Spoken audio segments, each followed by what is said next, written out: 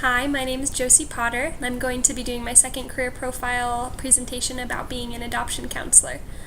I don't know anybody who's an adoption counselor, so I didn't actually use a career contact, but I researched a lot online, and I found an agency as my example organization called A New Beginning Adoption Agency. There's an office located in Boise, Idaho.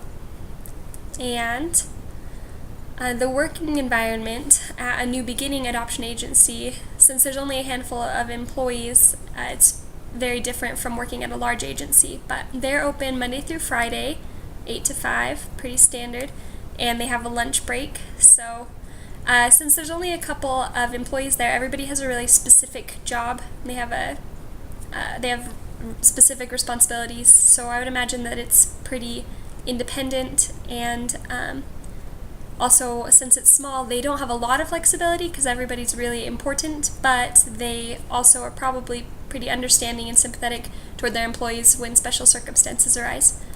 Typical stressors of being an adoption counselor include the fact that there's just a lot of duties. There's paperwork and a lot of tasks that involve really a lot of thinking, like coming up with solutions to really unique issues. There are also elements of just keeping up with modern changing laws and official regulations of adoption. So also just the emotional stress of working with adoption families can be exhausting, but that's kind of how all the jobs in this field go, pretty emotionally draining. So typical benefits include health benefits, retirement benefits, but it all just depends on exactly what agency that you're working for and your specific position. So if you're working full-time at a big agency, it's very likely that you would have access to health and retirement benefits. You'd have access to 401ks and IRAs and things like that. But you should definitely look into the specific benefits that are offered at the organization that you're working for because they vary. Common job tasks of adoption counselors is that you'll be working face-to-face with birth parents, with families looking to adopt, also with children that are being placed.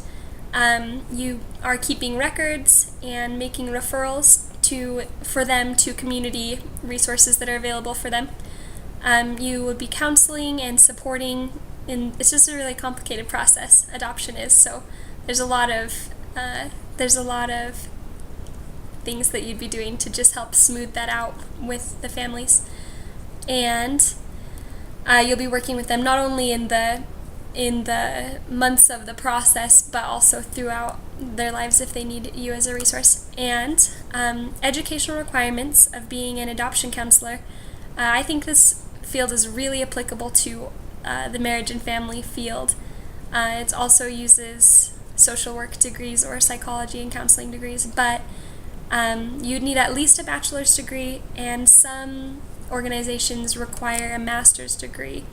So you also might need to have state certification or licensing depending on what agency that you're working for. Also experience in the field and experience working with children and families is always good. The salary range for this field, it's pretty reasonable to go between about $33,000 a year to $54,000 a year on the higher end. And so as a median salary, it's about $41,500 a year.